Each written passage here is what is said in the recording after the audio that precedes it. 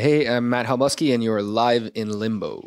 Hiding from my demons, I can't even see them exhale. Oh, my bleeding, inhale my love, inhale my love.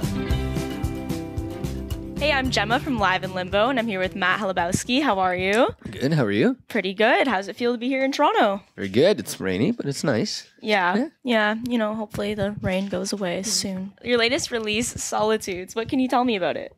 So it's my second record. It was largely and loosely inspired by this novel, Two Solitudes by Hugh MacLennan. And then I kind of diverged into just the exploration of solitude in general. As like trying to get out of the whole love song, breakup song, you know, that everybody relates to, but that is kind of overdone, I feel. And I thought that solitude, living in solitude, whether positive or negative, is something that everybody can relate to. So, yeah. Any specific events that influenced that? Yeah, every tune has its own story. Let's say, you know, the one that was the clinching factor to like digging into the concept of solitudes was I was visiting a friend in Serbia for a couple of weeks, and Serbia is, you know, part of what was former Yugoslavia, and those states broke up, and when you get a sense of the way people feel about their relationship with the other states around them, they feel kind of alone, you know, like they're missing a part of the puzzle that, you know, they once were. And at that time, I was also reading a novel called Papillon, which is about a prisoner who's incarcerated and is living, you know, a solitary confinement. So those two kind of ideas happened to me. I was like crossing this bridge in this town called Novi Sad in Serbia, and I had this idea. I was like, oh my God, I'm going to make it about solitudes, about all the different solitudes. And then it went on from there. Nice. Yeah. So last week you played CMW at the Drake Hotel. What can you tell me about that? How'd it go? It was great. It was cool. Good venue. It was the second time we played there. Nice crowd. It's a quick setup. You got 20 minutes to set up a 5-piece band, so it's kind of a thrill. It's a bit of a rush, and yeah, it was a good crowd, fun times. Nice. So tell me about your career over the last few years, because things kind of picked up super quickly for you once La Voix kind of happened, and yeah, that must have been crazy.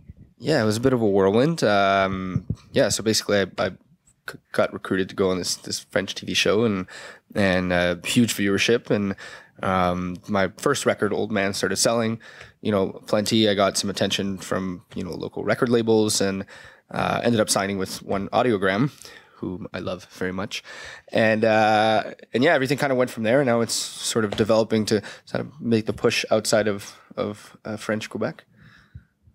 Nice. So what is it like being a bilingual artist? That's a very broad question.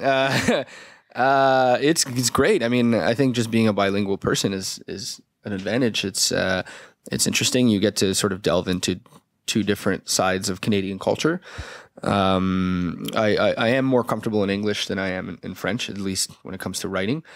So you know, that's why most of my work is in English, but I like the idea of being able to sort of dab my pen in French ink, you know, and write in French as well. So it's a super great advantage.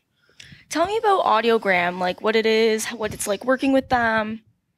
Audiogram is amazing. Audiogram is so they're my record label. We're based out of Montreal, and yeah, I mean it's an sort of, I don't know if it's considered independent label, but yeah, independent label that has always, you know, for the last 2 decades or so, put a lot of effort and money and energy into emerging artists, sort of giving artists full artistic freedom, while supporting them basically no matter what. And they're the type of label who build their artists long term. So there's no, you know, one hit wonders that go through there. It's a lot of people whose careers, you know, at least the intention is for it to span a long time. So, you know, that's something that appealed to me very much. So it's cool working with them.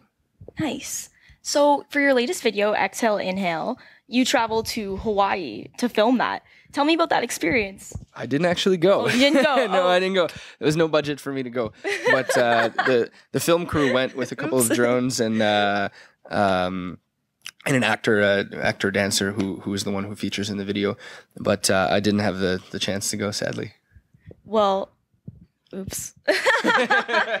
Are you playing any festivals this summer?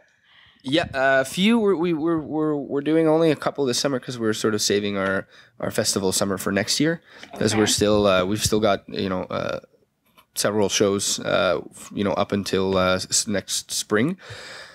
So this summer we're doing in Montreal the Montreal Jazz Fest. We're going to be doing that at the Place des Arts. Vancouver Folk Fest. I'll be doing Festival d'été de Québec in Quebec, and a few other festivals, mostly within Quebec.